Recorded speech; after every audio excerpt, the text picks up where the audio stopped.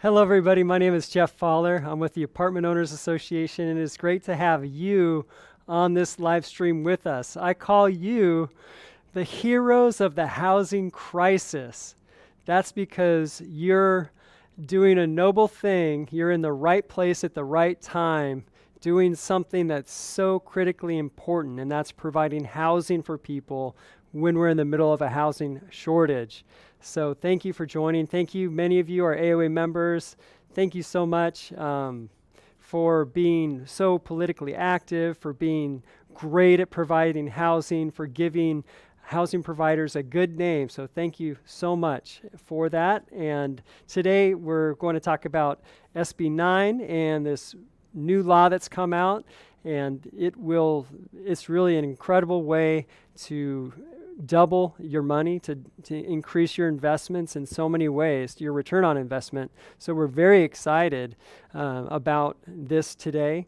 And, just one thing I wanted to highlight about AOA, we're one of the largest individually organized groups of apartment owners in the state, and that's because of you.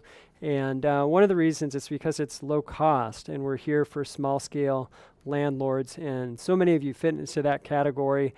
And anyway, one of the things that we provide is property management advice. And so we have local offices from San Diego all the way up to Alameda. And you can either walk in, you can call on the phone, and they can give you property management advice. And that's something that we provide, all part of your $79 a year membership. If you do the 3-year, it's really $66 a year, $66. In January, the price will be going up to $97 for a 1-year. If you're a current member, you can renew. You can get a 3-year membership. You can go online and renew that. And it's $66 a year when you buy the 3-year. So just want to put that out there. If you're a current member, you may want to extend. You can extend it anytime. You don't have to be just about expired. And if you have never done it, definitely become a member. It's a 100% money back guarantee for the first year. And there's a whole lot of other things that we provide, but just wanted to give that one highlight. This is a live stream, as you know, so you can type your question in the chat. If you're online at aoausa.com and watching, there's a help button at the bottom right side of your screen, and in there, if you you can type a question. Everything funnels down to me. We got Facebook, YouTube, so welcome everybody on all those different platforms. We'll get the questions, and then we'll be able to share those questions at the end with our speaker. And this event, it's sponsored by ADU Gold. They specialize in ADUs, and this is something that's really exciting for them. And because it's going to double your income, number one, and then also solve part of the housing crisis. So it's a double win. But these guys have done over 1,200 units together, and they're serving LA, Ventura, Orange County, and the Inland Empire. So if you're in any of those areas, these guys can do work in your area. If you're not in these areas, we're covering a law that's for the whole state. So really, this is the things here can apply all over the whole state. So it's great to have you on. They have a network of 200 people actively working with ADU Gold. So they have a large network, and they've repeated this process over and over again. And as you know, when you repeat a process, you create systems and efficient systems. And so these guys know what they're doing, and they are ready for business for you. And so our speaker, he's one of the founders of ADU Gold, and he's been in real estate business for 30 years. And about 13 years ago, he found his niche specifically in real estate development. And so again, anybody who's providing housing, part of that process, I think they're a hero. They're part of solving the problem. So that's him. And it's my pleasure to introduce him to you today, Seth Phillips.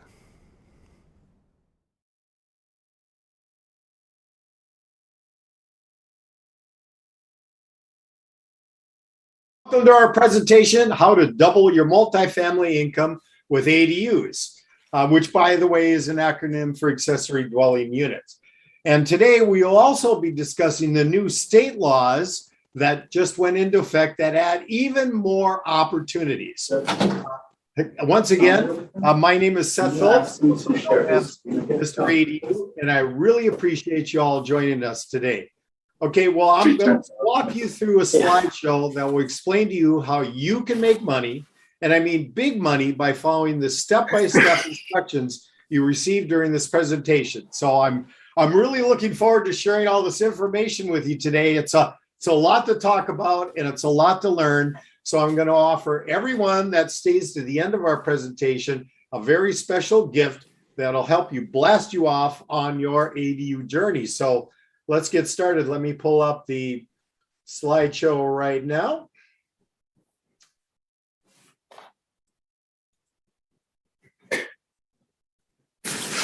Okay.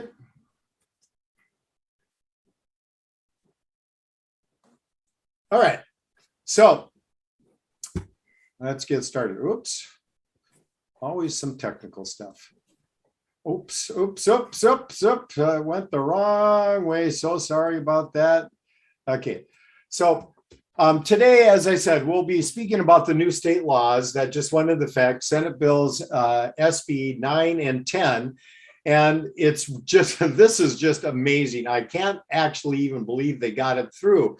But this is the kind of like the initial high points, and we'll be talking about this a little bit more along the way, because a lot of the rules that just went into effect, these new laws, a lot of it has a lot of the same components in it that the ADU law does. Like things like the setback, the parking requirements, they mimic it. So they already had established that, and it's working. So they folded a lot of those same philosophies and styles into these new laws. But there's some huge new advantages that are provided by this. And right now I'm specifically talking about SB9. The number one basic premise of this is this is now going to allow almost all single family lots in the state of California to subdivide their lot into two separate lots, and they can be sold separately. And on each one of these new subdivided lots, they can have 2 units. That's right. So what was previously a lot that was only good for having 1 unit on it, a single family home, it can now have 4 units. This is a huge, huge change. And then SB10 is completely different. This is all about producing more density in areas that are near mass transit and high employment areas, urban infill areas. And this one is going to allow all kinds of different zoned lots, including residential, including single family, to add up to 10 units on it. However, there's a huge difference between these two bills. This is very important. SB9, which is the one where you can divide the residential lot, this only applies to residential lots, into 2 separate lots. That is a mandate. This is also very similar to what the ADU law was. This is a mandate across the entire state. So what that means is the local municipalities, the cities, do not have any ability to opt in or out of this program. This is the law across the state. So they have to allow it. There are a couple exclusions built into it, just as there was in the ADU law. Coastal zones still have coastal authority, number 1. And high fire severity zones also have the ability for local municipalities to say no to develop in those areas. They did put in one other line right at the end that also gave cities the opportunity to say no to an ADU if it was in a location where it would present a significant health or safety hazard that could not be remedied by any other means. But that bar is obviously very high, and that's not going to apply in, and I'm sure, the great majority of all properties. SB10, on the other hand, is different. They did cave on this right at the last minute, basically. So SB10 is not a mandate. It is an option for local municipalities. So it's being presented as a tool. If they want to use this tool, they can, but they are not required to. Unfortunately, in the real world, what that means is most are not. That's just the way these kind of higher density housing bills work.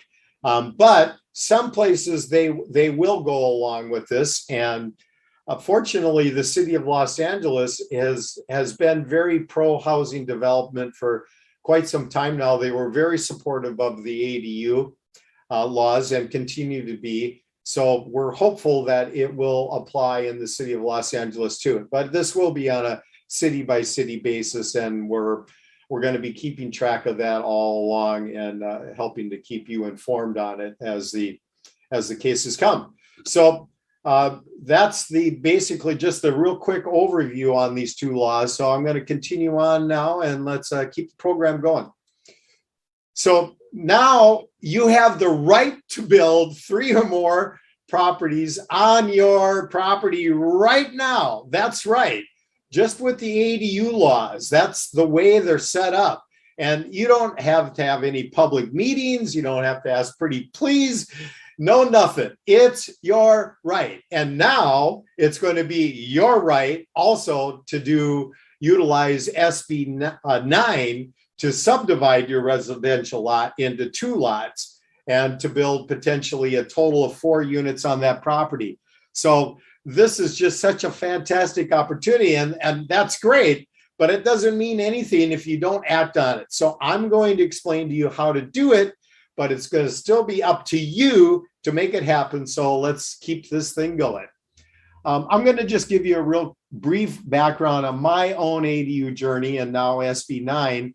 I'm originally from Minnesota. You betcha. You can probably still hear a little bit of that in my voice. But I've lived in Los Angeles now for 36 years. I've been in the real estate world initially as a real estate agent and broker. And then about 13 years ago, when the market really started to crash and I suddenly basically didn't have a job anymore in the real estate sales world because it stopped, I went into the house flipping world, and we were buying houses on the courthouse steps for $120,000, fixing them up a little bit and reselling them for $170,000.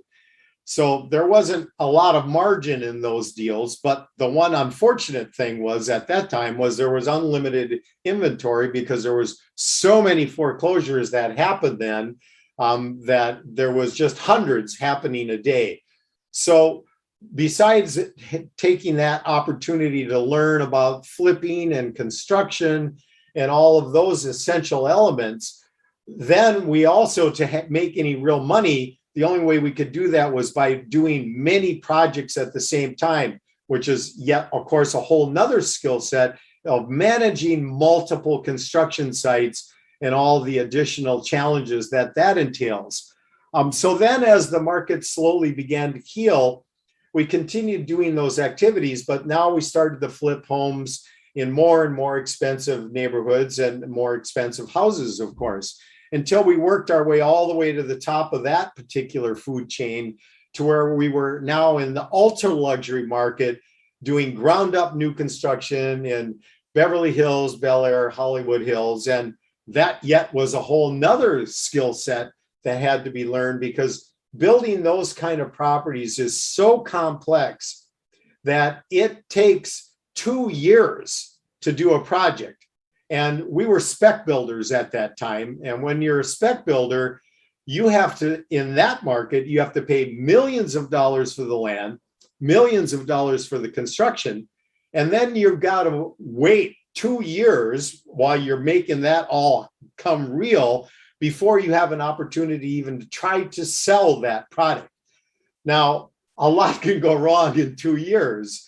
And after doing that for a while, and the market had been, moving up for several years now, everybody realizes that in the real estate world, things move in cycles. Sometimes it's up, and sometimes it's down.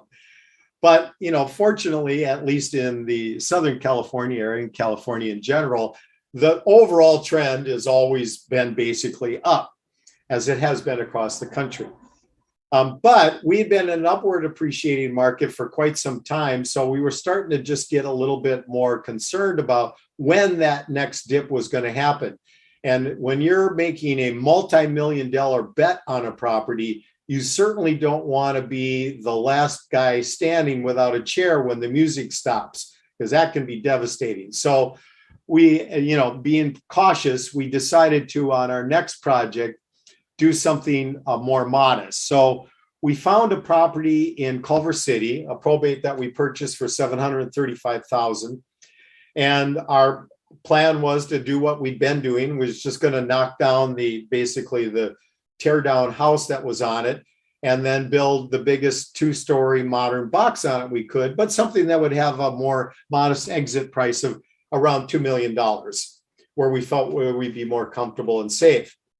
So we made the purchase, hired the architect, and right then, that's when I first heard about this new ADU concept. I don't know what it was, but there was just something about that. The minute I heard about it, I was so intrigued that I just deep dived into it. And the more I read about it and the more I researched it, the more I just came to believe that was going to be the future of real estate. So I was able to convince my partner at that time to completely switch gears. And instead of knocking down that existing house, we just totally remodeled it. And in the backyard, we built the first 2-story with rooftop deck luxury ADU in the city of Los Angeles. And very fortunately, that plan worked, because as I said, we bought it for $735,000 and we sold it for $1,805,000. So it was a successful project. We made some money on it. I learned so much during that process, and something happened to me personally through that process so deeply that I completely went out of the spec building business and went 100% into the ADU construction services business, where I am now. Of course, these new laws, SB9 and 10, are just going to add more product, but very similar kind of product and very similar processes involved in it as it is with the ADU. So we're going to be actively involved with that too. So this isn't anything about my company or selling you any of that. I'm here to give you information about this new opportunity and how it might work for you. All right, so let's keep going. So the ADU opportunity became law in the state of California in January of 2017. And it was a way, and this is not just a California thing, there are now ADU laws on the books in 27 states, not necessarily statewide laws, but at least regionally. So this is a trend that is growing and will continue to grow, because many major urban areas are facing similar challenges that we are in California, in that people are more and more wanting to live in urban centers and less in rural environments. That's just a way that society is moving right now. And cities do need to grow to thrive anyway. So yes, we need to build more in the cities. Well, the obvious challenge is that in most cities, there's very little vacant land left because it's already been developed. So the only way to increase density in areas like this is to use some different tools. Now, historically, one of the big tools they've used, very simply, is they just would upzone a certain part of the city to allow much higher density, and that would then make it possible to build bigger and taller apartment buildings and condos and stuff to pack more people into a small area. And that strategy works. It creates more housing. However, then it creates these kind of little islands within the city that are quite different than the rest of the city. And all kinds of inequalities happen as a result of that. So one of the really genius things about the ADU concept is in that it's completely different, It does add more housing, but it spreads that housing out across the entire city. And an important statistic to be aware of is that, and this is kind of like across the country, across nationwide, I believe it's over 70% of all the land across the country is zoned for single family only. And in like a lot of our areas in Los Angeles, for instance, that's 80% of the land. So the opportunity is so condensed because we only have a small amount of land where you can actually build more density per the existing zoning. So this is, I think, a great solution in that it spreads out this new density across this huge percentage of land that is now devoted exclusively to single family in such a way that this is what they call soft density. And this has already been proven to be true. You can drive down a street in Los Angeles, and on that particular block you drive down, there could be 3 ADUs on that street. And then you could drive one street over where there was no ADUs on that street. The likelihood is you would have no idea between those streets where the ADUs were, because you typically can't even see them. They were designed that way to be smaller structures in back of a house. Well, that just means that at least from a visual perspective, you're not even going to know that it's there. So it is definitely a softer density approach to adding more housing to our communities. And in reality, I believe, and so far that seems to be the case, it's actually building community. It's not destroying single family neighborhoods, as is being shouted out there. That's not what's actually happening in the real world. It's actually creating more community, not less. Anyway, I'll get off my soapbox. That's my opinion on it, but there's a lot of actual case studies of this now that exist because this ADU thing has been around long enough to actually see how it's working out in the real world. Just in the city of Los Angeles, there have been over 20,000 permits pulled for ADUs already.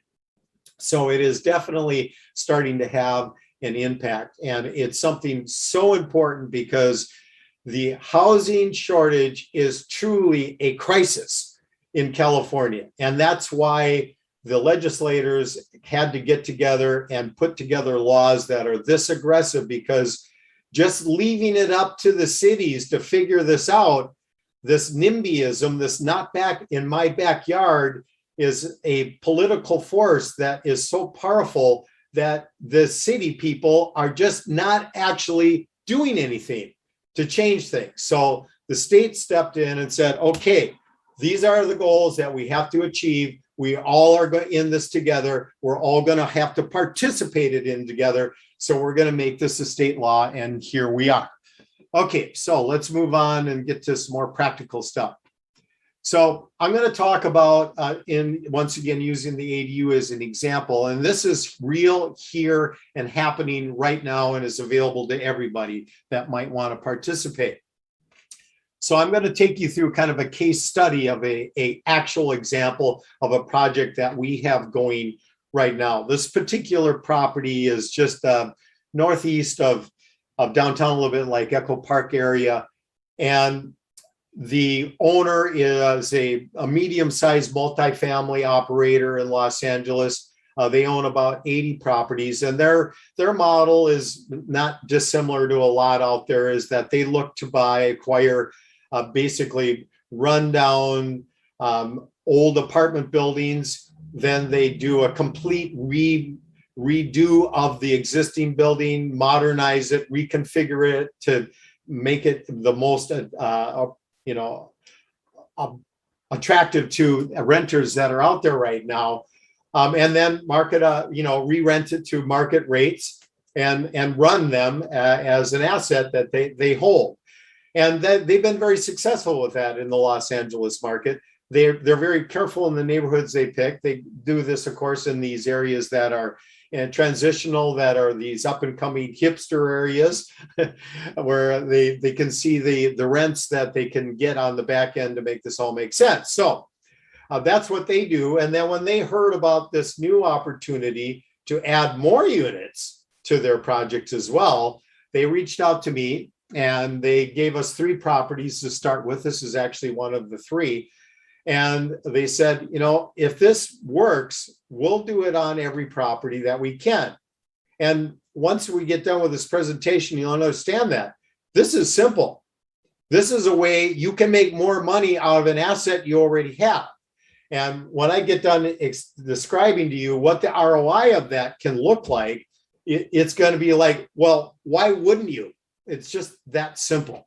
So once again, concentrating on this property. I believe this is a 6-unit building. And then in the back, you can see that yellow highlight. You can very faintly see it. It has a 1-story garage structure. So this is perfect because that's one of the great things about the ADU law is that it supersedes all these parking situations, provided your property is within 1/2 mile of any mass transit, which very unfortunately includes a bus stop.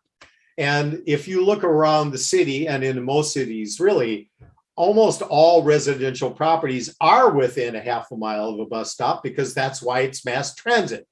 So this property is within 1/2 mile of mass transit. So we not only can eliminate the parking without having to replace it, we can also add ADUs there instead without having to have any parking for that either. So this whole parking thing is also evolving part of our society. As we go on now, there's going to be less and less cars needing to be parked. Why is that? Well, there's still going to be almost as many cars driving on the road. The difference is there's going to be less people owning those cars personally and more people just pushing the button on the phone when they want a car and it just magically appears. Well, that sounds like science fiction, but it already exists. And it's just going to continue to grow. Soon there won't even be a person driving that car when it pulls up. So there's going to be less need for parking. And this is a really important part of the development of cities.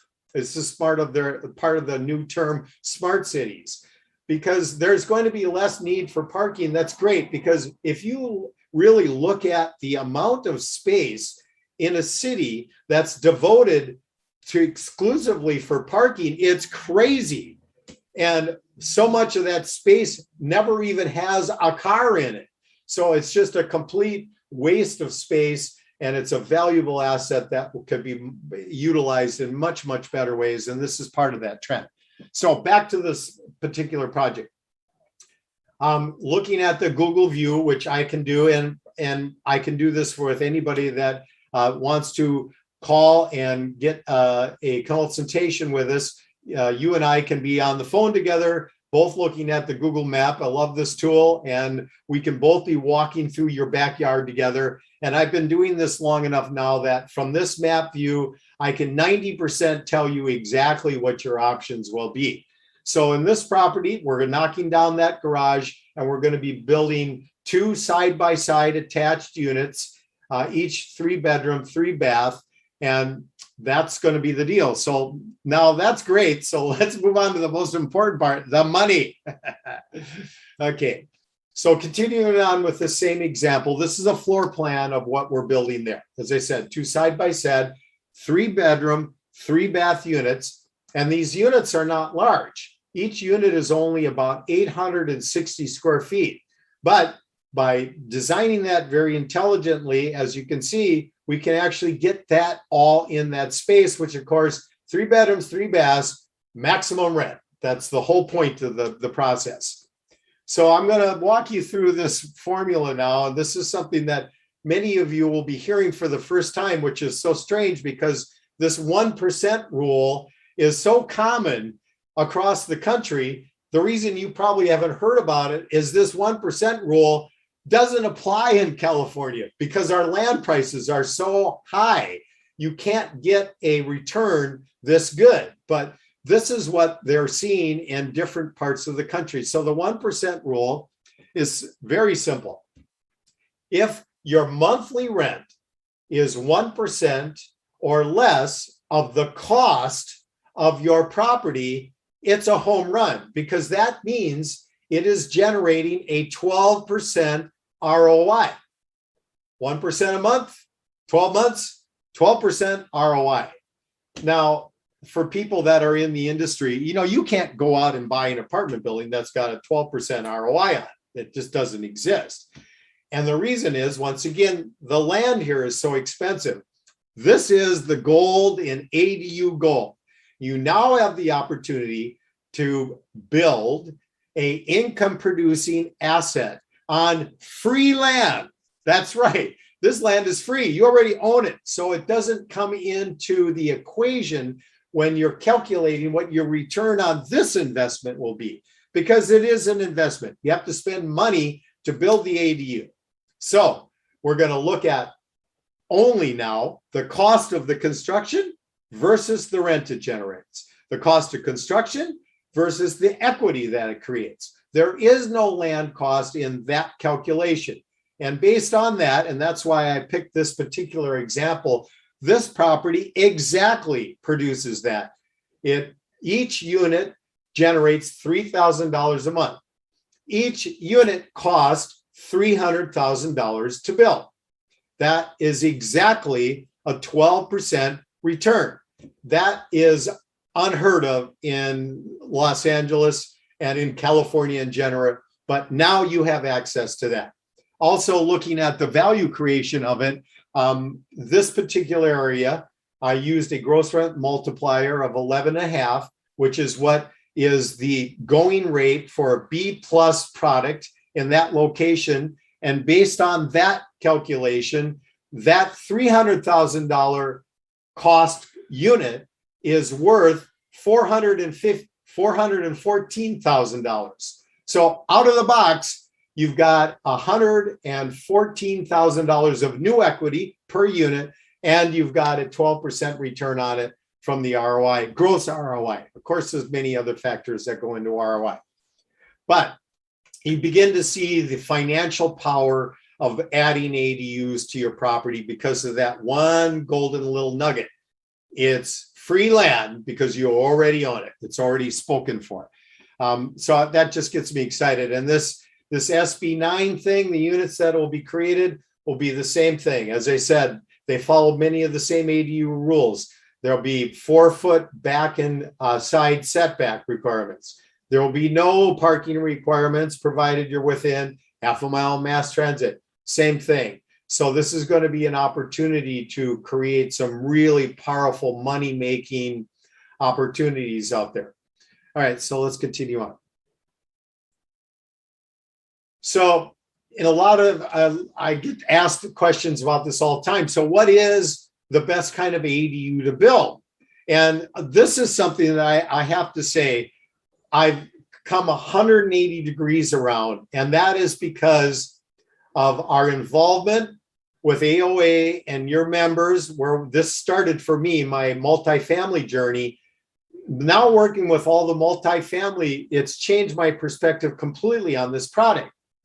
So originally, my answer to what's the best kind of ADU to build, I would answer, well, this is the simplest question of all time to answer. If the point of building it is to make money, build the biggest thing you can. The more square footage, the more rent it generates. The more square footage, the more equity it creates. And that is true. However, after working with all the multifamily people, I have now a completely different perspective on it. Because yes, the maximum cash flow is important, but more important to the majority of multifamily owners is the actual true ROI of the property or the investment. So they would rather have a property that might have a little less potential high cash flow for one that's got a more reliable and dependable and conservative ROI. And so now reanalyzing the same formula, we found some interesting things. The number one premise that makes this difference is that rent does not go on a linear scale with square footage.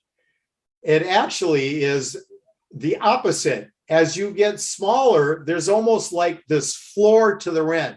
No matter how small it is, you're still going to get this amazing rent in our area. So the actuality is that the highest ROI is the opposite. It's on the smallest unit you can build.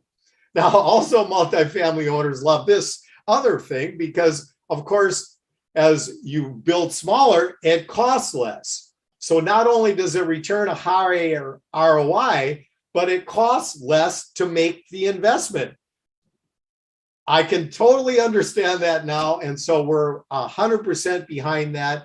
So smaller is better in many cases. But of course, every location has a different sort of realization of which way would be the better way to go on that particular issue. And we'll work with you on that in our feasibility study. We examine that exact thing to look at what is the best kind of product to build in your location and to custom tune that to get you the best kind of return that you're looking for out of your property. All right, let's keep going. So construction is very complicated. And even though I've been in development for over 13 years now, I am amazed every day how complicated it is. I keep thinking for some bizarre reason it's going to get less complicated. No, anything is getting more complicated. So this is something you can build ADUs yourself, and I certainly encourage you to do that if you want to do that. But I can't tell you the number of cases now of people that have gone out, started ADUs, and then they come to us a year later and they've gotten nowhere and they're still stuck with the city and they're just ready to throw their hands up. It's so complicated and difficult. I hate construction. And I'm looking forward to the day that I've got a prefab factory built product that I can sell instead of doing the stick built traditional. But at this point in time, and I've looked at all the options out there, they still just don't have it quite figured out yet. And for right now, I can stick build it custom for a lower cost and at better quality. And until that changes, I'm going to continue to have to live in this conventional stick built world. And I don't want to, but that's what the customer wants. They all want the same thing I would want. They want the best product they can get for the best price. And for right now, this is the way we have to continue to do it. So you can do it yourself, but do you want to learn it by making all those mistakes along the way? Probably not. All right, so I'm going to talk now just a little bit about some of the tips and tricks we've learned along the way, because we're building small structures. So we have to get very creative how to get the most optimization out of the smaller space. And that's a whole nother world that we live in now. And it's kind of like a societal move as well. People are downsizing.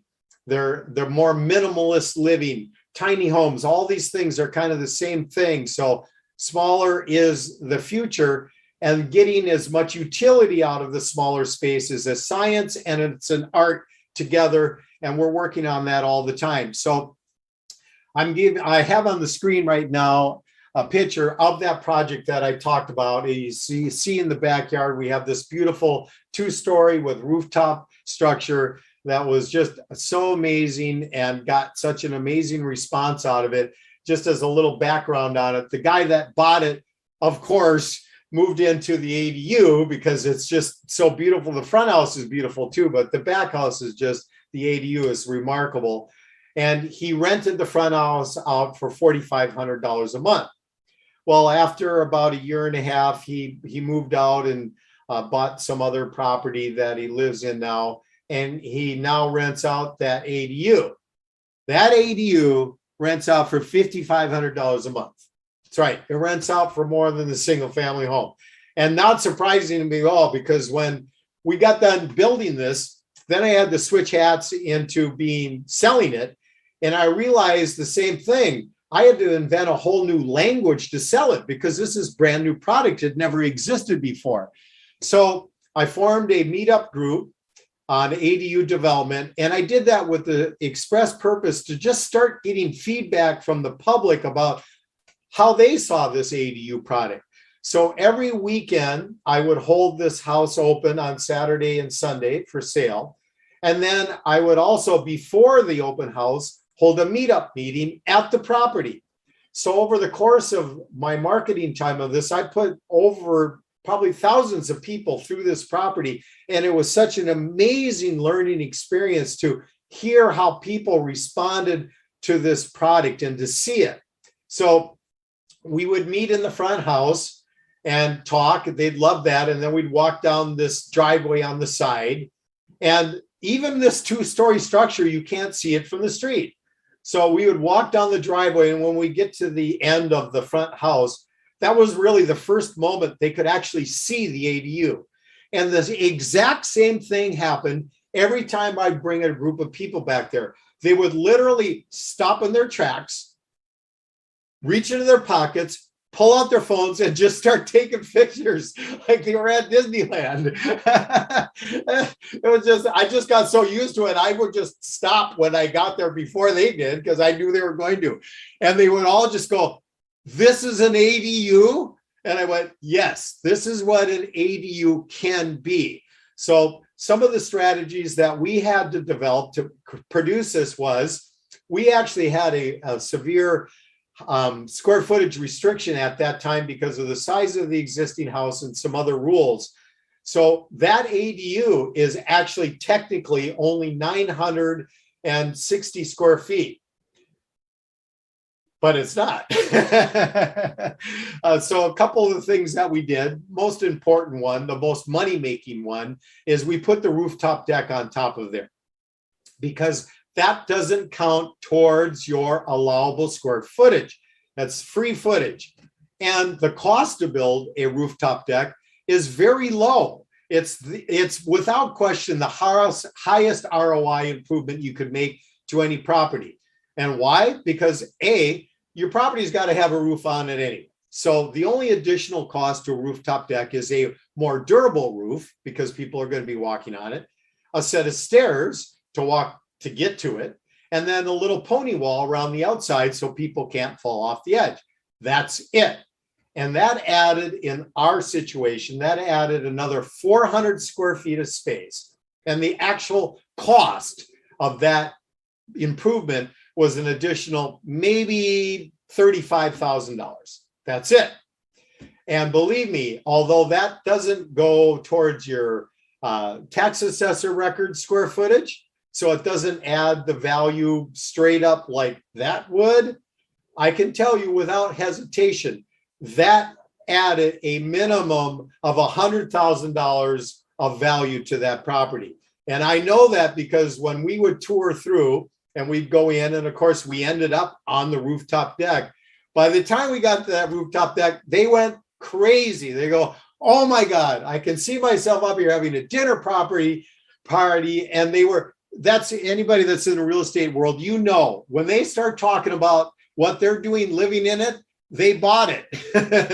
They are living in it in their minds on that. And they were just oohing and awing about it. So there's no question that square footage adds amazing value to it and at a super low cost. So that's one that we use. The other one is, if you look at the garage on that property, that is still a garage. That could still be used as a garage, because the garages do not count towards your square footage either. So ultimately in an ADU, per the state law, is limited to 1,200 square feet. But you could actually build 1,200 square feet plus a 500 square foot garage. So we built our ADU plus a garage. But this garage is a special garage. It's got a glass door on it. By the way, that was my idea. I have to take credit. And we designed it so that although it could be used as a garage, it also could be used as a family room. And as you can see, it's furnished out that way. And that's the way that the owner of the property is using it. And the renter of the now is using that property.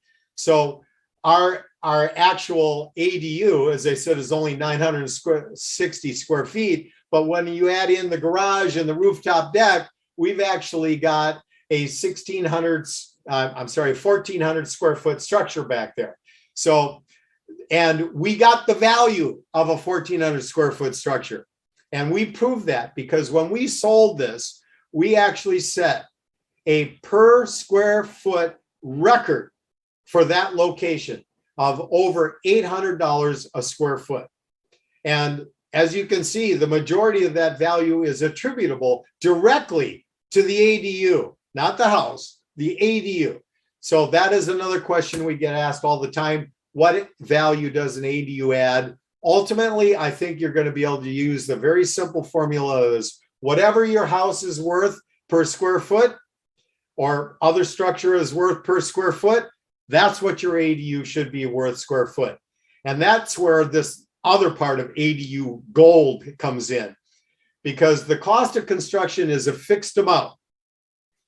And the cost of the value that property sells for depends on its location. So as a, for instance, our all-in cost that we use as a metric that we can deliver product to a customer for. And when I say all in, I mean everything. The cost of the architectural, the permit, the expediting, the person that takes it through the permitting process, the cost of the permit, all of the all the construction costs, all the utility hookup, all the site work, everything finished inside, in and out, and it comes in at about $280 a square foot. So now you got another calculation to work with. If you build this unit where we did, where the neighborhood trades at $700 to $800 a square foot, and it's costing you $280 a square foot to build it, math is pretty simple. You're going to make a lot of money on that investment. And basically, the least expensive part of the city nowadays is at about $450 a square foot. So anywhere you build it, you're going to make good money. Anywhere in Southern California or even Northern California, you're probably going to make money. Now, in all honesty, I did get a call from somebody in Barstow, and they asked me about an ADU. So I did a little quick look up. Their properties are only selling for about $179 a square foot. So I had to unfortunately give them the news that I didn't think that that was probably the right financial move for them to make. But that is obviously not a very common situation in California in general. So this is a great money-making opportunity. We'd love to be part of helping you with this process. And I'm going to conclude my discussion here with, as I promised you, if you stayed all the way through this long talk, and I apologize it took so long, but it is complicated, and I'm very excited about it, and I'm excited about offering this opportunity out. So for everybody that stuck with me, I'm going to offer all of you a free consultation with me. So you can just get on the phone with me. As I said, we can walk through any property together online. I can give you a really good idea of what I think you can do with that property. No obligation, no cost. And I've got a link up. There should be a link up now to where you'll be able to click on that.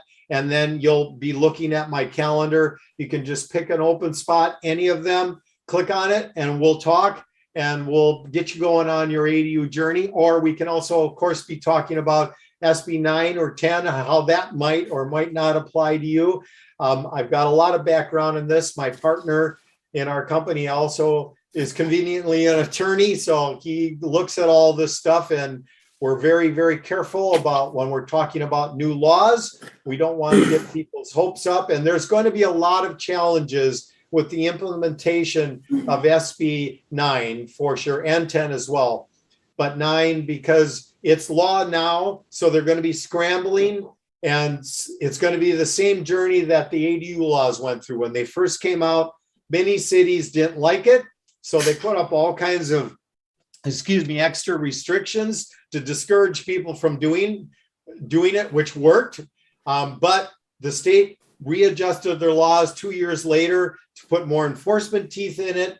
And all those cities have turned around now, almost all of them, and are now more embracing ADUs.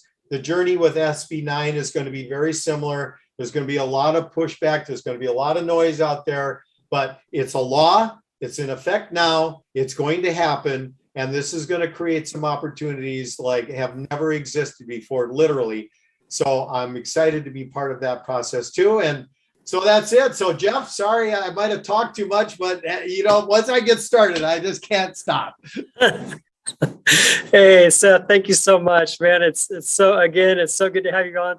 Everybody, isn't that just a beautiful, beautiful property there with those two, and just that beautiful. Looks like there's a palm tree there, and also a pine, and just the whole thing. That rooftop, man, what an incredible property! What an incredible opportunity just to kick off history with ADUs like that. And wow. So before we get into it, now is a great time for you to type in your questions. And one thing, there's a lot of good news and bad news. So Seth is delivering us a lot of good news. Unfortunately, I do have a little bad news for you, and that's in Santa Ana. Rent control was passed for that city, and it is rent is capped at 3%. Which is definitely much more restrictive than your AB 1482. And so this is just, it's shocking, but nothing is shocking at this point. And the agenda is really to take away your rights, the property rights, and basically make a fascist, socialist type of housing system.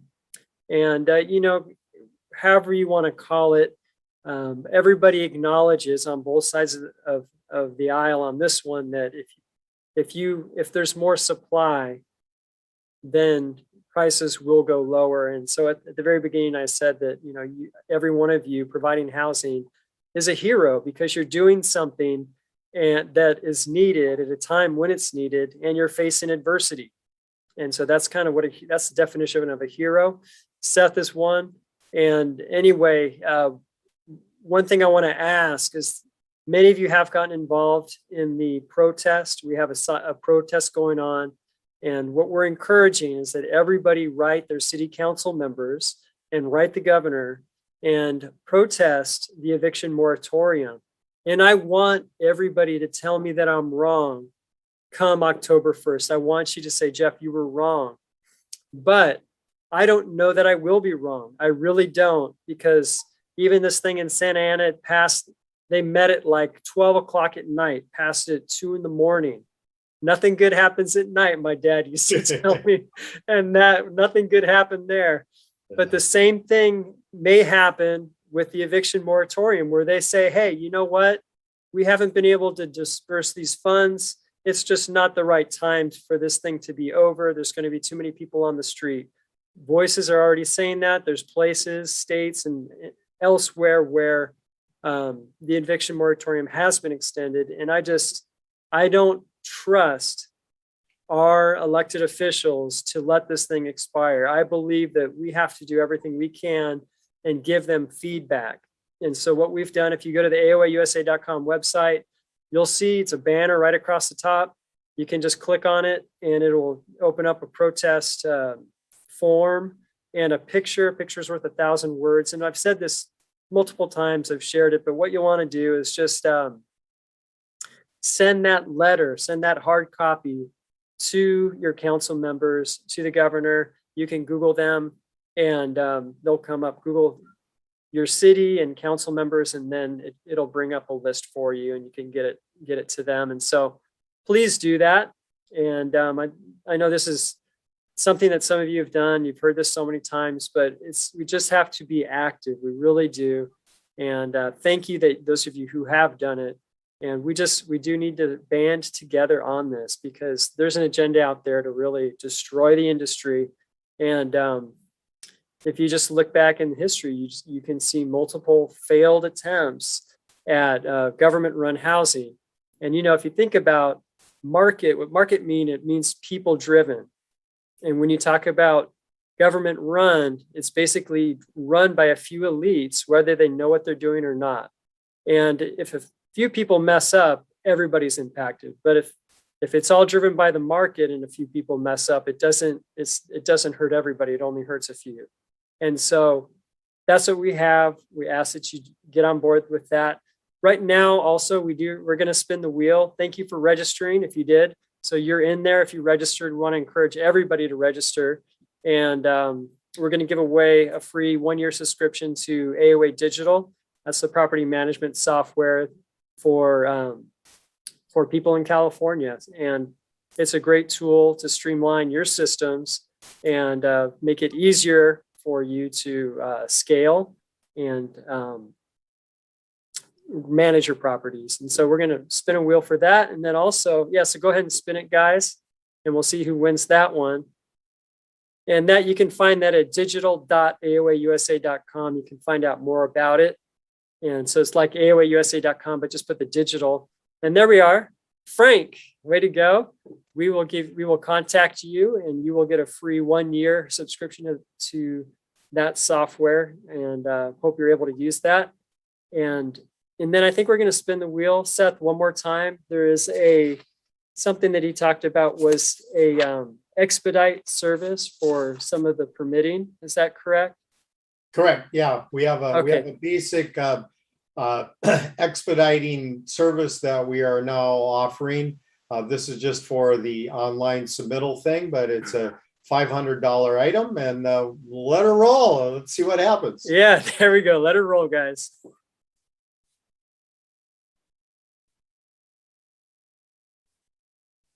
So if you register for the events, then you're eligible for these things. If you don't register and just jump on, that's fine, but your name will not be up here. Jennifer Renshaw, there you go. Congratulations. I hope that you are interested in getting an ADU going, because that'll definitely streamline your process for sure. All right, so now we can go to questions, and let's take a look here at what we have. Okay, on YouTube, Batul, how will the new zoning affect the 2 to 4 plexes? Can a duplex be converted to a 4-plex or even more?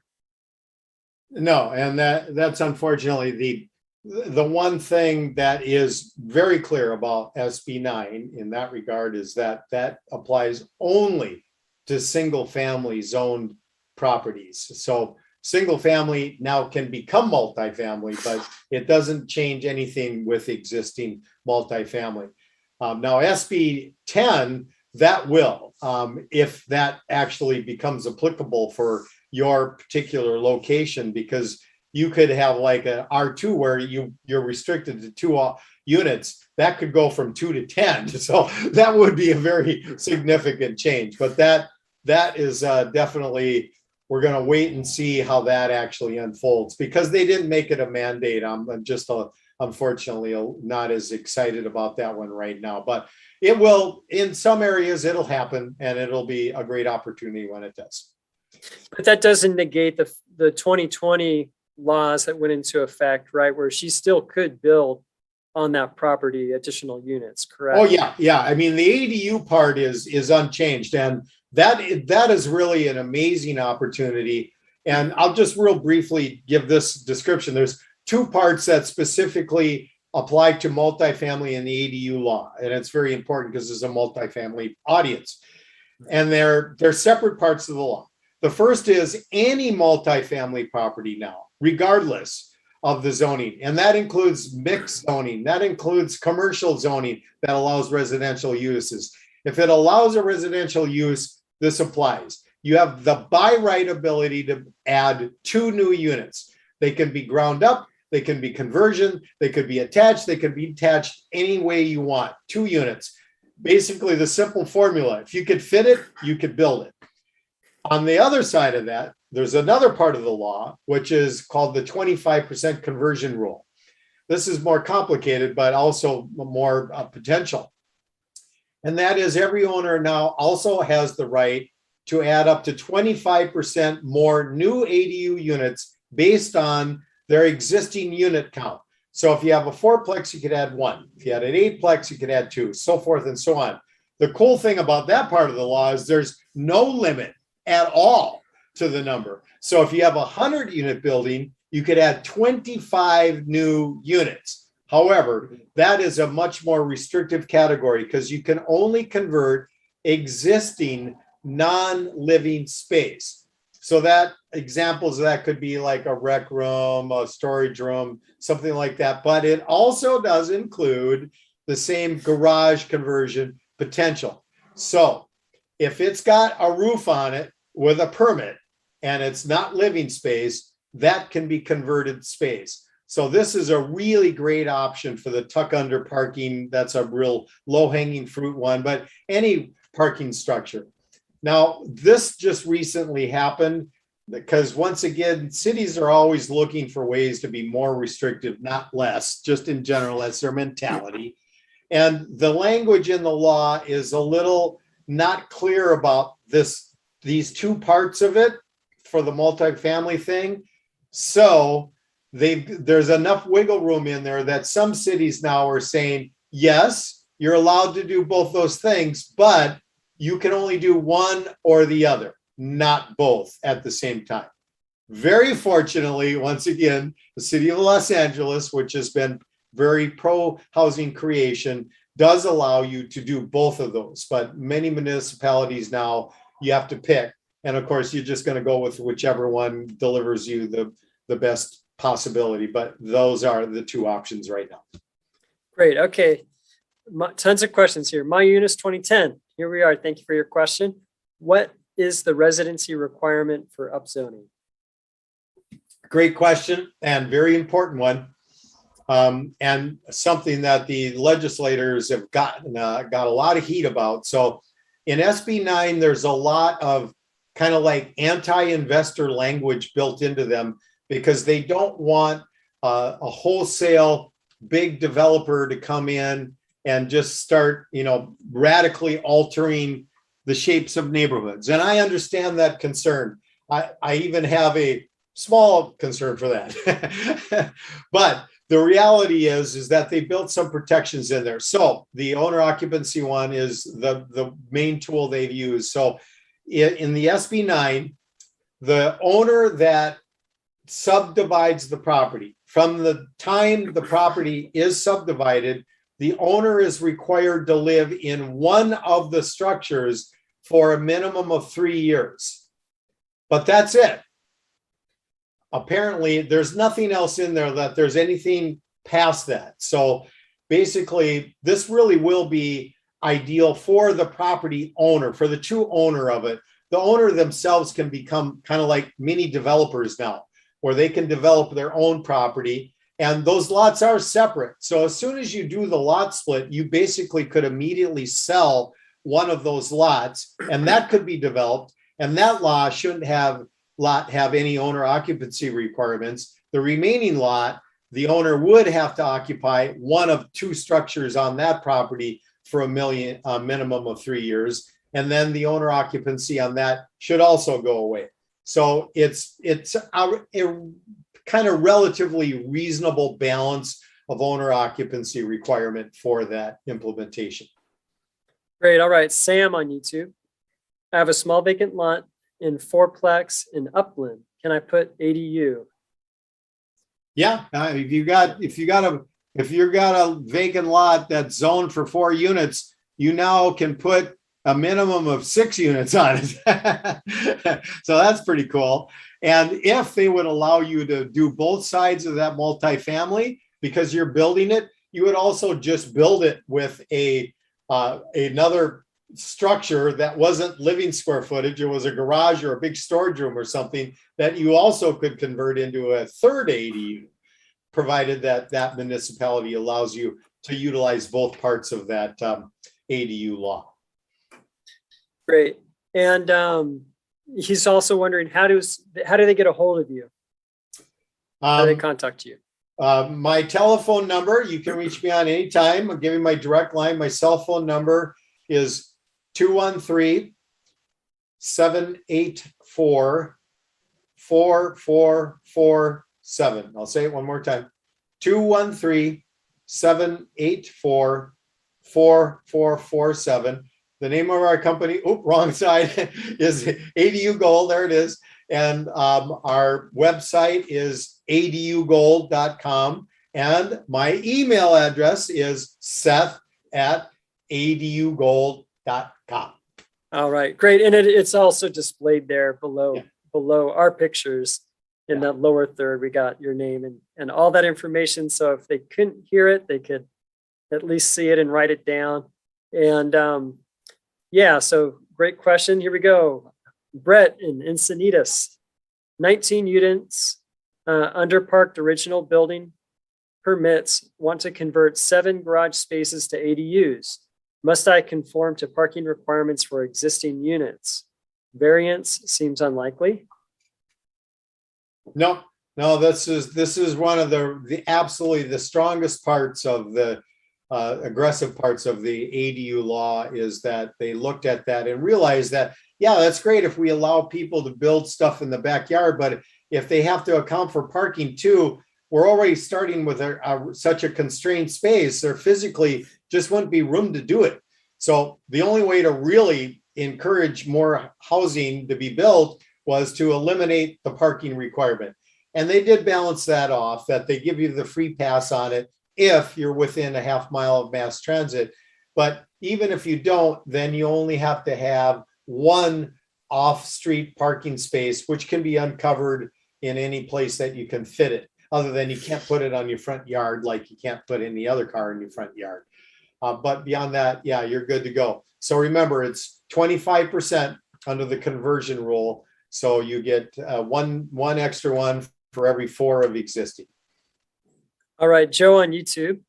If my lot is about 44,000 square feet, can I carve out an area in one corner of the property that would be about 4,000 or 5,000 square feet to use to build 2 houses or a legal duplex on that lot? Well, that would be the perfect scenario, but unfortunately, they don't quite give us that latitude. There really isn't much in the way of lot requirement stuff, but there is a little, so I'll explain it. This is amazing to me, actually.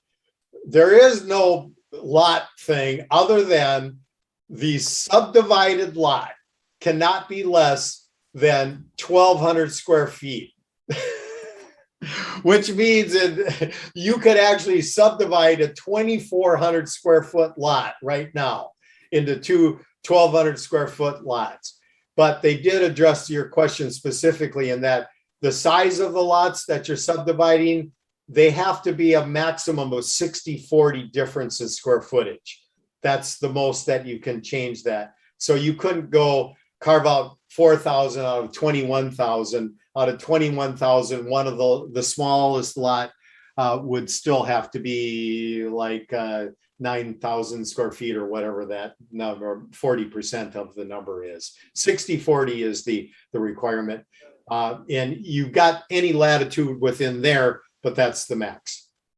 Great. And this question kind of follows up on it. Michael Powell on YouTube, thank you. What is the typical cost for dividing a lot?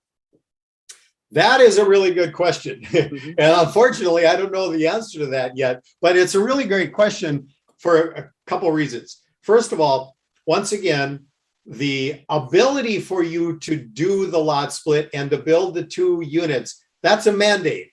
The cities have to allow it.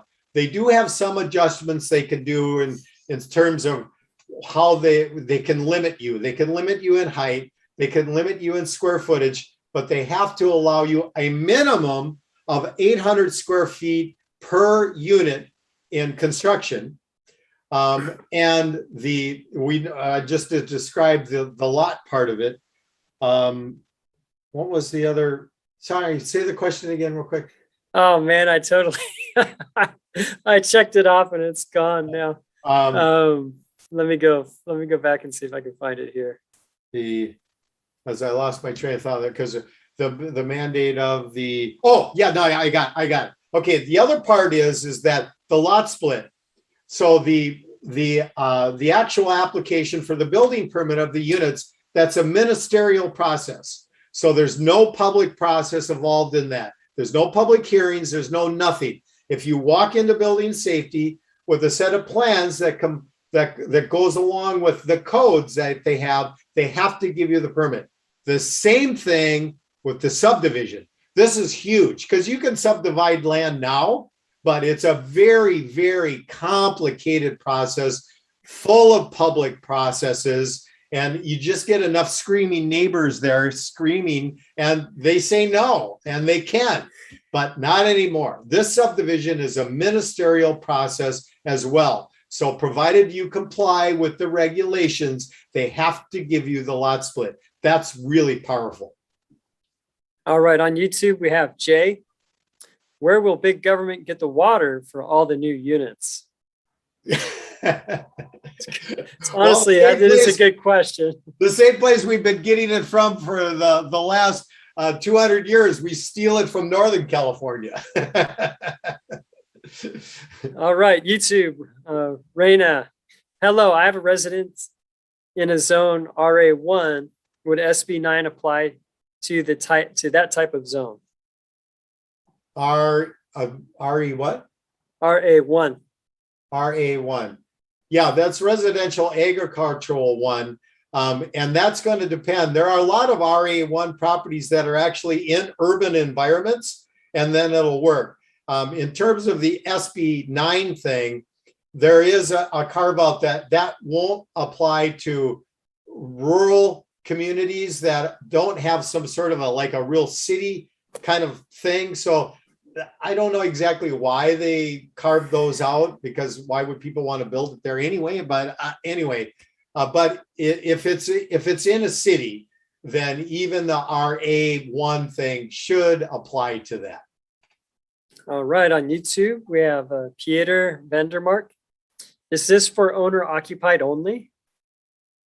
Once again, the SB9 is clear in that the owner of the property that subdivides the property has to live in one of the structures for a minimum of 3 years. That's it. Under the ADU laws, under the residential, if you build one ADU only, there is no residency requirement. If you build an ADU plus a junior ADU, then the owner does have to occupy one of the properties, bizarrely. I don't understand that one. And under the multifamily ADU laws, there are no owner occupancy requirements. Great, there we go. David on YouTube, if something is zoned RD 1.5 or RD2 with just a single family residence on the lot, in which situations is better to do ADUs versus building units? Are setback requirements, parking, and timeline to get plans permits? That's a really interesting question, and I can't answer that easily, because we do run in from time to time with properties, and this is another area that the state law wasn't quite specific enough to give a clear guidance on it. There are a lot of properties in, for instance, in the city of Los Angeles that are zoned single family that have a duplex on it now, a legal duplex, because at the time they did that, somehow that was legal to do and they allowed it. So it's grandfathered in. But although it's a duplex, it's still zoned as single family. And so anything that you do now, they can default to, you can't do that because that's single family zoning. Vice versa, the other way around too. There are properties that are zoned multifamily that right now have single family on them. And it just gives the cities more wiggle room as to how they interpret that zoning by use, because it's different. Use is one thing, zoning is another thing. Sometimes they conflict, and then when that happens, then the cities have the power more to kind of make the judgment as to what you do. So it kind of depends on that situation. Here's a good question from Trisha on YouTube.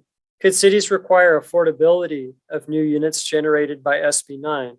We hear talk of this in Santa Monica. No, there was a lot of pressure on the lawmakers about this affordability issue thing. And I'm not making a political statement here in what I'm about to say, but this is the way that the lawmakers in the end decided was more important. The more important thing is to create more housing. The more restrictions we put on the creation of more housing, the less housing will be built. We have to start with the one unified agreement that we have to build more housing, because we have a housing shortage, and there is only one way to change that, and that's to build more housing. So if we go, okay, we want to build more housing, but, guess what? New housing doesn't get built. And that's what has happened for decades now. And that's why we're in this deep hole. So we have to build more housing. We're basically counting on, you talked about this earlier, we're counting on the market to do some work for us here, for our society. And the market does work. When you have enough supply, then you get a real price. When you have a shortage supply, the price goes up. We have a shortage supply. That's what's been pushing the prices up. We're to an untenable situation. We can't continue on this path anymore. We just have to build more. So there are no specific low income requirements, but in truth, and there's already statistical proof of this in case studies, ADUs and this new SB9 is designed primarily to build smaller structures. Smaller structures rent for less money. So this is also at least getting us on the right path of that. We are creating more affordable housing, not necessarily by a book that it meets this specific grade enforced by some body. It's a market. It is going to be more affordable than a lot of the options that are out there now. And that will at least be pushing some downward pressure on the pricing, which will help everybody in this arena. And we got to get to a better equilibrium on these metrics for sure. Yeah, there's a lot of people, the word capitalism is really a turnoff, but if you just call it people-driven economy versus an elite mandated economy, I think people could understand that a little better, just because there's so much messaging and they've taken words and just hijacked them. And so we have to like reinvent how we speak about what works the best for the greatest number of people. Here we go. DJ, if you are building another home or unit on your property that you've had for 20 years, what happens to your property taxes? Great question.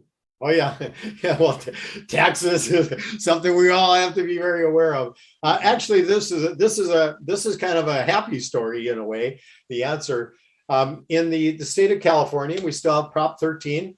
Hopefully, it remains forever. And one of the nuances to it in the way that it is actually interpreted on the local taxation level is that when you build an ADU or you do any capital improvement to your property, that does change the value of it. And so the tax man, of course, is interested in that. But this goes back to that formula I was talking about earlier. If you build a unit that costs $280 a square foot in an area where it's worth $600 a square foot, that's really a good thing. But the tax man, when they're looking at the new value, I have a completely different way they view this topic. First of all, your tax basis is going to be unchanged. There's going to be a supplemental bill that is going to reflect the new added value. But they're not going to look at the market value that you added. They're going to use as their metric to compute the taxes from the cost. And how do they get the cost number? You tell them what the cost number is. That's how it works. You tell them what the cost of your improvement was. They base their tax rate on the same metric that Prop 13 allows, and that's the new added amount to it. Not the value that it added to your property, the cost of the improvement that you added to your property, which is, of course, going to be much, much less than the value it adds to your property. So you really actually get quite a break in that scenario. Remarkable, right? I mean, just good in so many ways here. All right, David on YouTube. Are your lenders beginning to recognize income derived from an ADU unit income? Until then, if rent doesn't help with debt to income ratios as far as lending is concerned. Yeah, it's a ongoing great question, and it's part of this the ADU journey. This is it was a brand new product in 2017 in California, and the lenders, especially when you start talking into the traditional lending culture, that's as conservative and slow moving as it can possibly get. So it's a evolutionary process with them. There's already been a lot of adjustments in the lending market. regarding this kind of product. So there are much better options now than there were certainly in 2017. Freddie Mac, which is the third cousin of Fannie and Freddie, this is Freddie Mac. They actually just came out with a brand new product that is really designed almost specifically for ADU creation. And it does take into consideration the after construction value in the computations. And it does have the same as low as 5% down options attached to it. And that product will be actually available in November. So all lenders that have access to Fannie Freddie now will have access to this new Freddie Mac financing. And it's even the name of it is like Express Reno something loan. So they also built into it, allegedly, that it's an express sort of loan process, which doesn't require as much stuff, because there's financing in FHA 203K loan and the home whatever program with Fannie. They exist, but I know many lenders that have tried to use this product. None of them have successfully been able to get one through. There's so many challenges to the process itself that it just doesn't work. So they're recognizing this slowly. In the private money sector, of course, they've been all over this from the beginning, and they'll instantly give you your after construction value. You're gonna have to pay a much higher interest rate and for a shorter term, but they're totally into this ADU thing and do a lot of it. And they'll give you 80% total cost leverage. That's the existing property plus the construction together. They'll do 80% on that, many of them. So there's good leverage available now. Great. Anthony on YouTube, great question. Are ADUs subject to current state and regional rent control laws? Well, they do have the advantage that right out of the box, they're brand new construction. So whatever the brand new construction exemptions that you get in your particular locality, that should apply. They're in general, and it's still, I mean, it's amazing to me. We're 3 years later, and if you talk to rent stabilization, they still don't have any specific guidelines to talk to you about ADUs. It's ridiculous that it's taken them this long to more clearly define their stance on it. But I think just in general, you have to look at it the same way that you would a duplex. I think at this point in time, that if you continue to live in your single family home and you're building an ADU and back, your single family home, everything about it should still say exempt as a single family home. Hopefully that stays the same way. Even if you rent it out, that still should apply. But these are areas where, unfortunately, as Jeff was speaking about, we're in an evolving world, and there's because of this Corona thing, there's now all this new renewed rent control discussion happening again. I thought we had kind of a clearer path on that before, but now it's back on the table again, and it's just, we're going to live through it, and we'll find out what happens. But hopefully it'll fall more on the landlord side of the table when it's all said and done. Yeah, let's hope.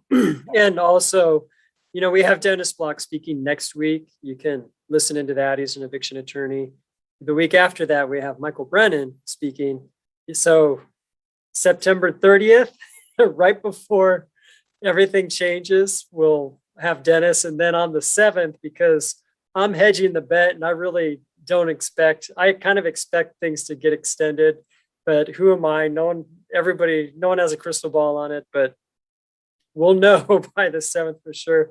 Either of those dates are going to be great dates to tune in, and you can ask questions and about rent control. And I know there's so many questions about, which rent control am I under? And I know that it's, there's such incompetency at the local government level that people can't even tell you. And so we encounter that when we do research, and we know that you encounter that as well.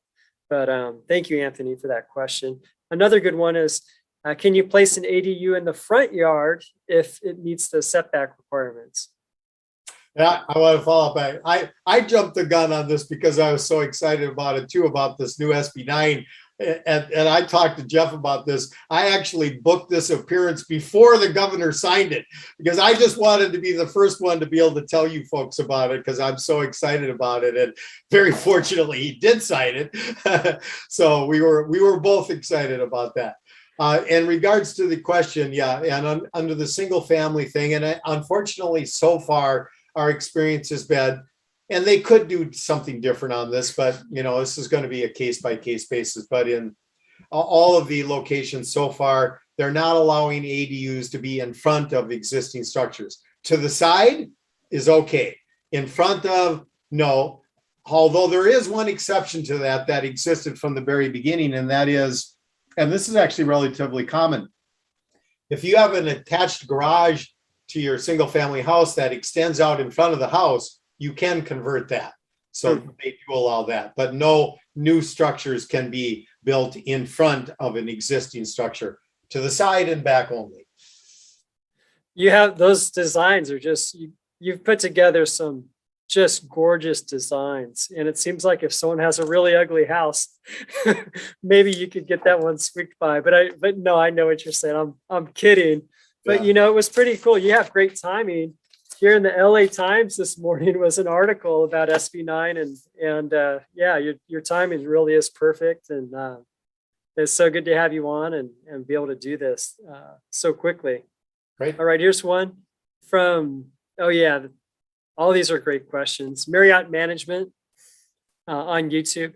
Can we add ADU on R2B zone lot, or can we upzone the lot, which is 3/4 acre in the city of El Monte?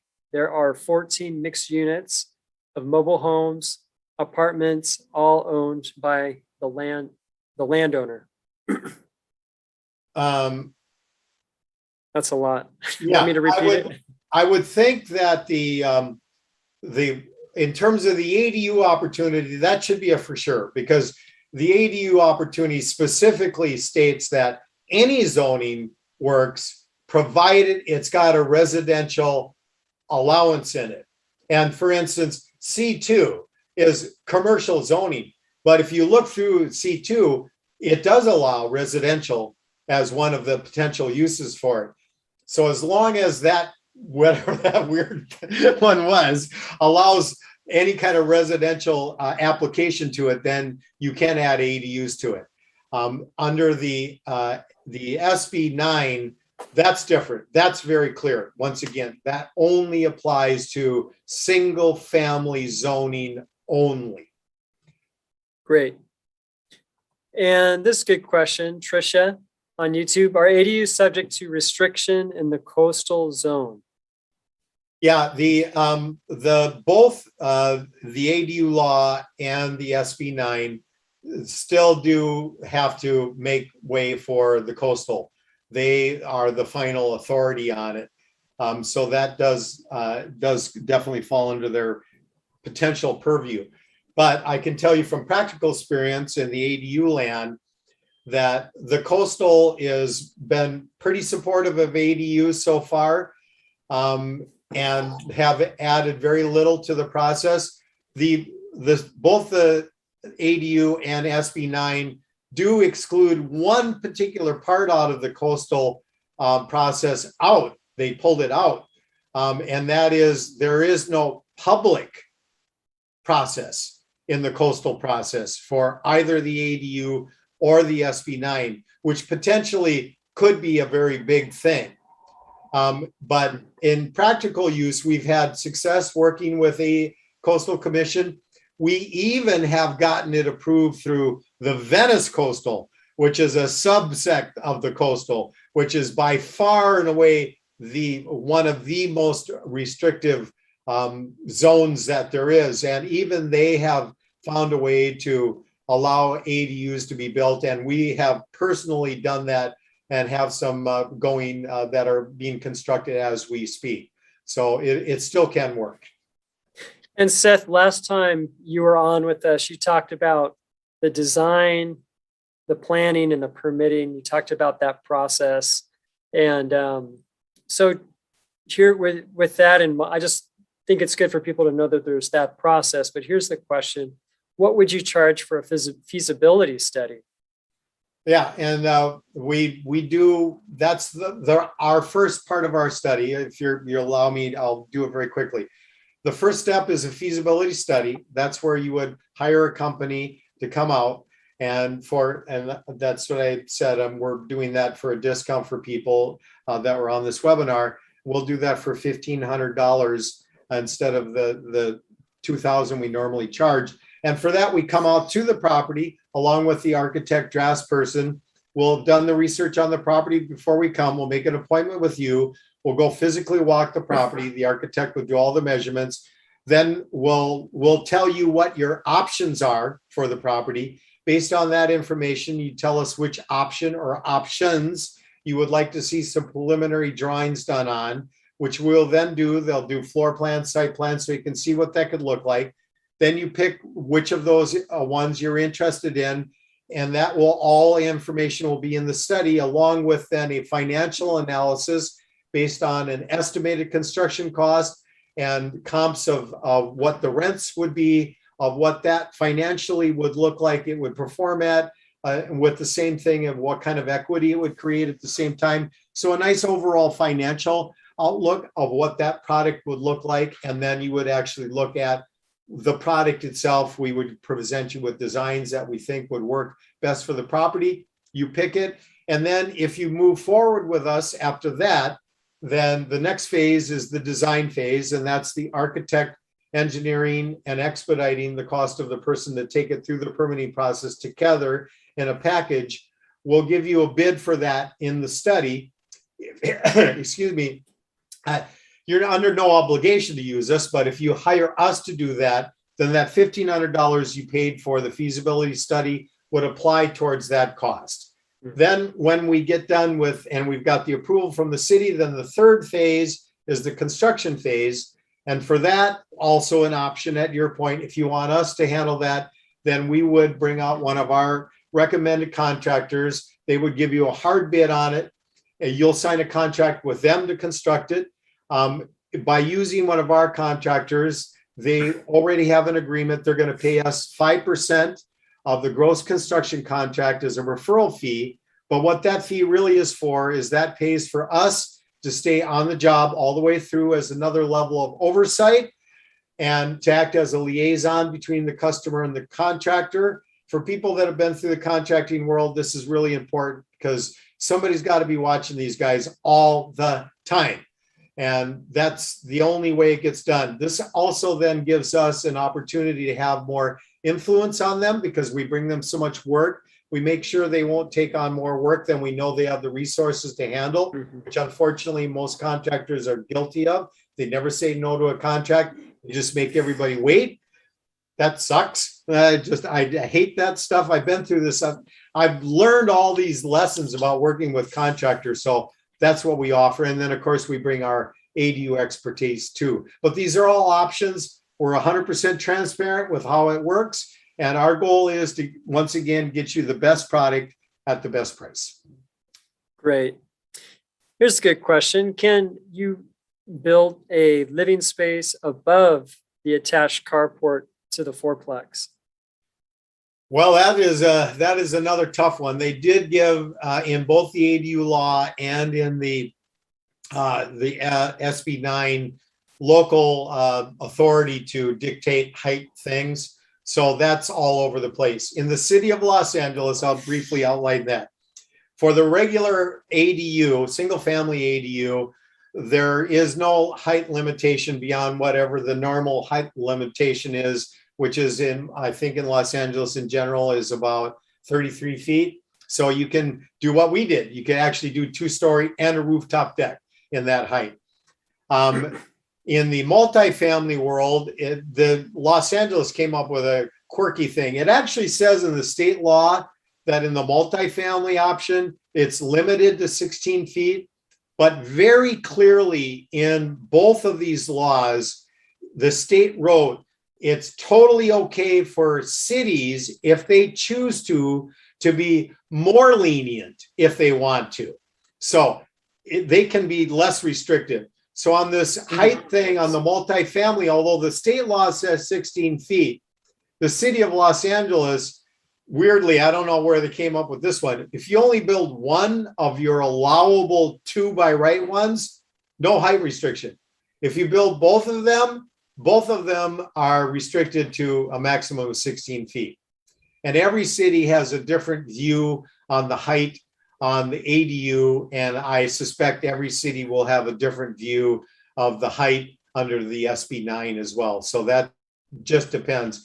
It's ridiculous to me that they would have the height restriction on the multifamily ADUs when owners want to keep existing parking and build above it to add the units. Instead, the city is saying, no, you have to push those cars out on the street. It just doesn't make sense. And especially because 80% of the existing structures that are already there already are 2-story. So it's just, we're working on that. We've got some lobbyists that are working on trying to get that working with us. The California for Homeowners, sponsored by CAR, has been very, very helpful. They're helping fight some of these battles with us as well. So hopefully there'll be better news for you in the future on that. All right, on YouTube, McKinley Avenue building. Does SB9 allow a subdivision of a vacant lot? If so, what's the minimum of each? I have a lot with over 800 square feet. Huh. That's so funny. I haven't been asked that question specifically yet. And I haven't asked myself that question yet specifically, but my gut would tell me that would be okay. I think this is going to be, I don't remember seeing anything in the state law that referenced that there was some restriction that there had to be an existing structure on it to be true. And it's not true with ADU. I mean, you can build all new under the ADU law. And this one is a little quirky. Some cities will allow that house to be built and the ADU simultaneously. And some are still kind of like going, no, you have to build the house first and then we'll let you build the ADU. So that's an area where there could be a little wiggle room. But I believe vacant land should be able to be developed under the same SB9 guidelines. I'm hopeful on that. Thanks, McKinley. They're up in the San Diego, not in San Diego, they're up in the San Francisco area. And you could look in the online, the AOAUSA.com, you can go there and we have a contractors and vendors part, and you can look and see who up there could help you out. Because I know that Seth doesn't work in San Francisco. It's Orange County, Inland Empire, LA. And where else, what other area was it that you worked in?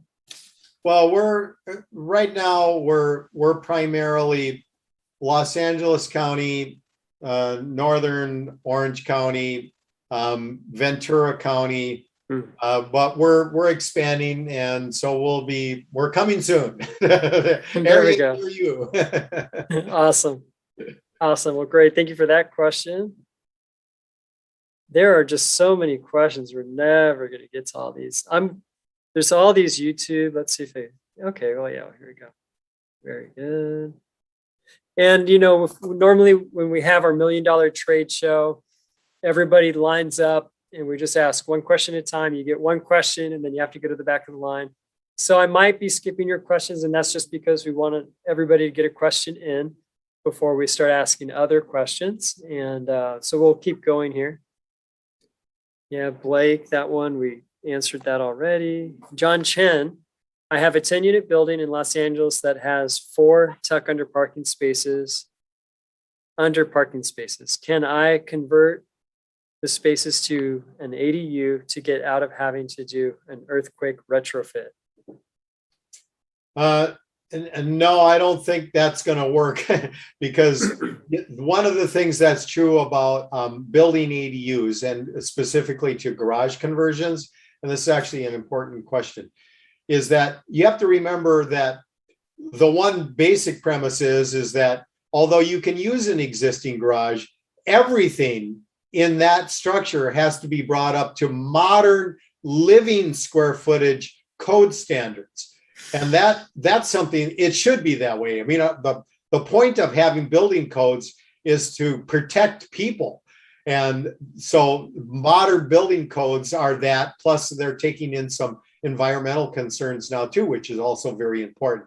So your structure is going to have to be brought up to modern living code standards. And if there's a seismic issue with it now as a garage, there certainly will be a seismic issue with it as living space. So unfortunately, from a cost perspective, that is going to be part of it.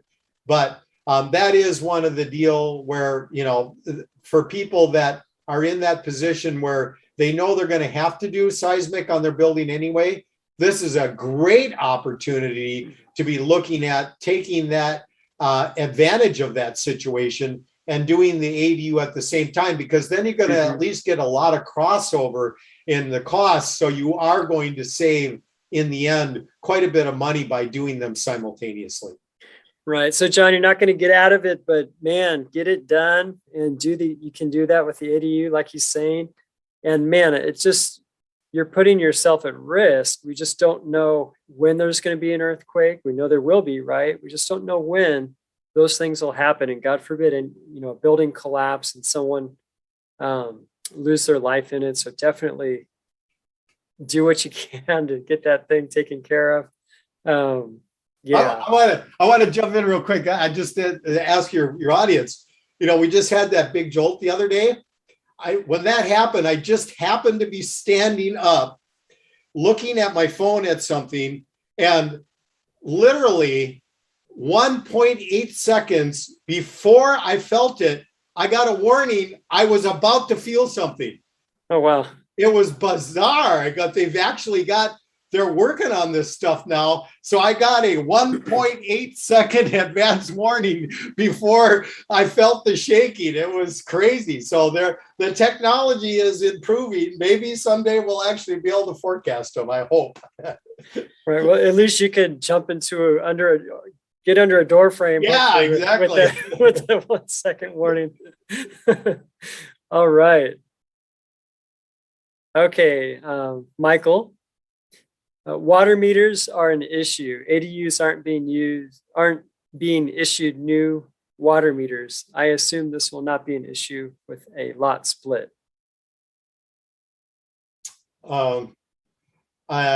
That's interesting because, yeah, I mean, we are doing water meters on almost every ADU we built. I mean, as a landlord, you know, I mean, you want the tenant responsible for all of the utilities, ideally.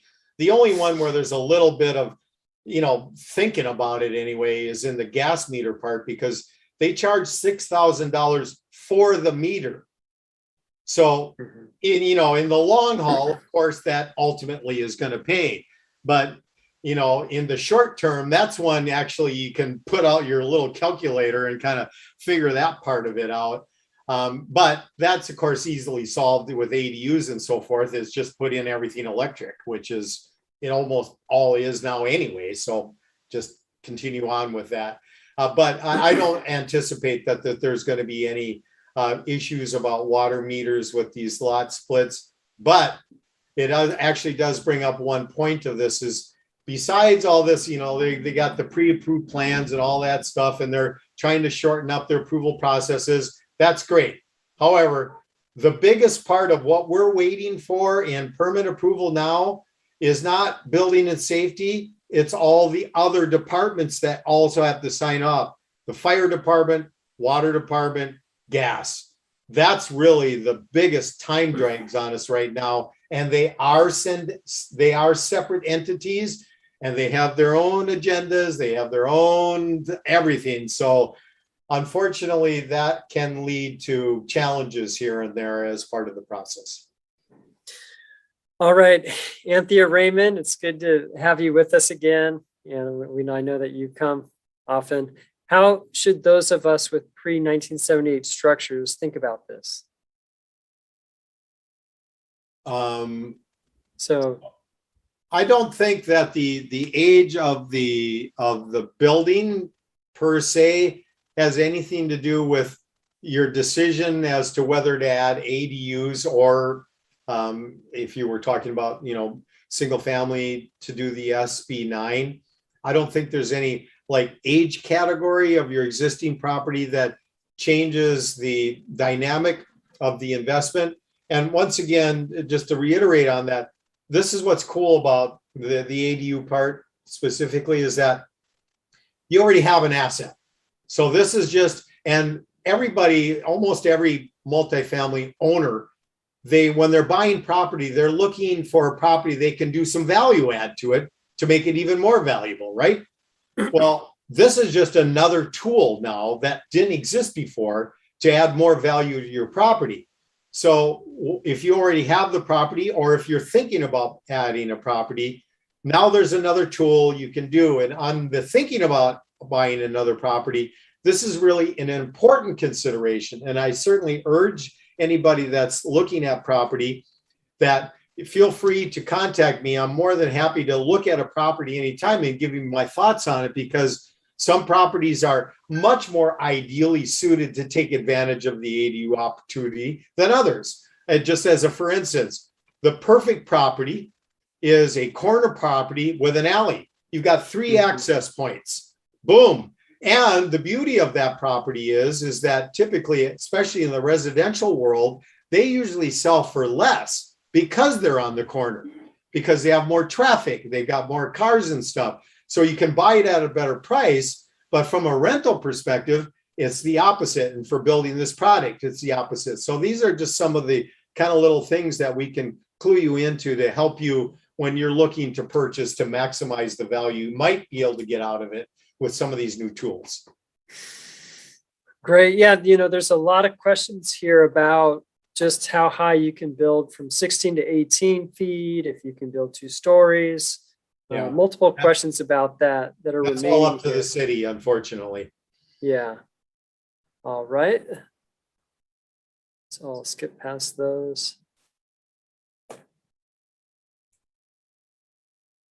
Okay. Kiefer TVU.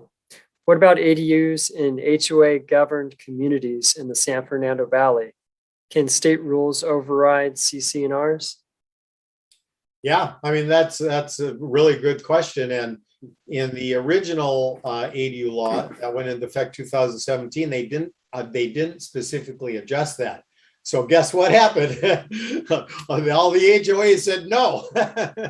So in 2020, when they came out with the new laws, they specifically addressed that and made it so that HOAs cannot prevent the construction of ADUs. They can still impose some architectural standards and stuff like that, which is, of course, very reasonable in an HOA, but they cannot say no. And curiously, there isn't anything specific that I read in the SB9 law that addresses that either. So the likelihood is that's probably going to go down the exact same road. So we'll see. All right, Carol Gutierrez got a 1927 single family home unit that is currently single, but has 3 living spaces, studio above, and guest room around existing front detached garage. Get permitted, and at what approximate cost? Well, It's go ahead. Yeah, go ahead. Okay. Well, that's a thorny one, because what you have right now is very unclear, and it might be to your benefit that it remains unclear in terms of the city, because you may have some illegal units there. I don't know. And hopefully you just have non-conforming. So it's legal. This goes back to the difference between zoning and use. There are a lot of multifamily properties out there right now that would technically be illegal under the zoning, but are legal in that they were allowed to build it that way when it was built. And as long as it stays that way, it will continue to be legal units. But almost in every instance, when you go in to start messing around with that non-conforming started space, you potentially open up a real can of worms that can be very, very challenging. So you have to just extra tread lightly in situations like that. But there's always opportunity. I mean, no matter what's there, there's probably a very high probability that there is more you could add to it under one of these new laws that have gone into effect. But I'd have to talk to you one-on-one about that specific property. Great. We're going to just take one last question. We've been at it for a while. And thank you guys for watching all the way to the end here. A fourplex with Long Beach zoning of LBR 1N. Can you build a 400 square foot, 2-bedroom, 2-bath unit above the existing 2-car garage? Neighboring units are all 2-story. Unfortunately, we've been through this journey already, and we actually did get a 2-story, a ADU above a garage, 2-story structure approved by the city of Long Beach initially. Since then, they've changed their minds and they are saying no 2-story, period, whether it's above parking or it's just 2-story structure. So unfortunately, ADU 2-story for the time being is off the table in Long Beach. Great. Well, Seth, thank you so much for joining us. I want to just remind everybody that you can contact him. Your contact information there is displayed underneath your name right now, Seth. So they have your phone number, your email, they have all that. And we are having that tool put in there so they can just schedule a time without even having to go back and forth and figure that out. So I just want to mention that. Yeah. And also, guys, don't forget next week, Dennis Block, the week after that, Michael Brennan, getting expert attorneys in here to answer legal questions. We know that you have a lot of them, and just especially as things are shifting, we anticipated that. So back to back doing that. And there's always content that's coming out. And so if you're liking this content, and you haven't ever subscribed, go ahead and subscribe.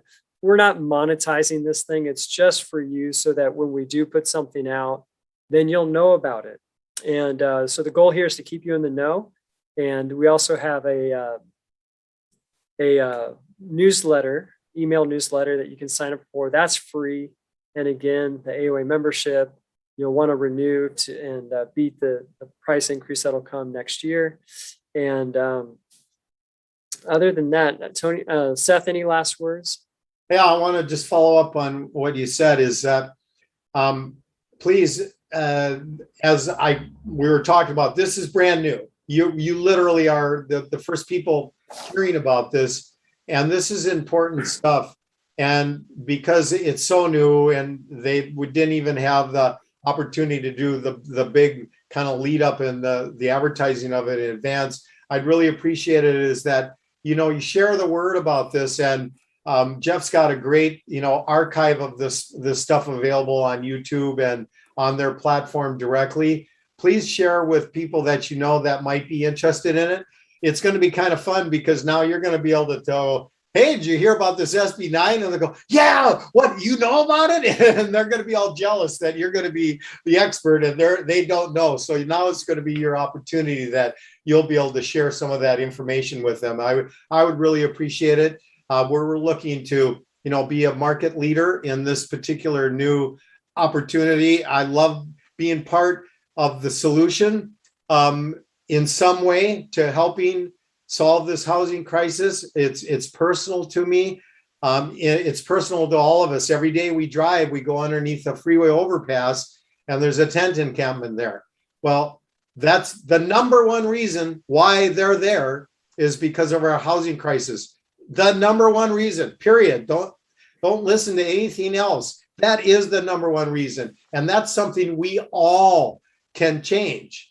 So I'm really passionate about working to get that done and to get as much stuff going as possible.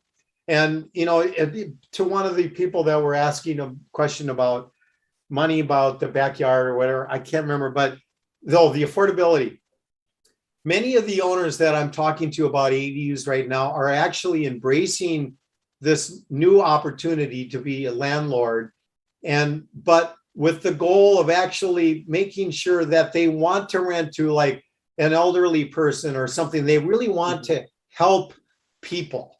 And as landlords, that's one of the great things that you don't get credit for nearly enough. And this is an opportunity for you to offer even more housing and to offer even more help. So I'm really behind that, and I hope everybody participates as much as possible. Hey, Seth, one last question. Those slides, could we send that out to everybody that registered? Absolutely. Yeah. And Okay. it's a link too. So anybody can easily, you don't have to download anything, just open it up. It's on this great platform that I use, and it's fantastic. Great. So everybody check your email. We'll send that out sometime, hopefully later today. We'll get that sent out to everybody on the list. And again, thanks everyone for watching. There's heroes and there are villains, right? So you're heroes by providing housing. Seth's a hero by developing housing, because we're helping the issue. We're helping it.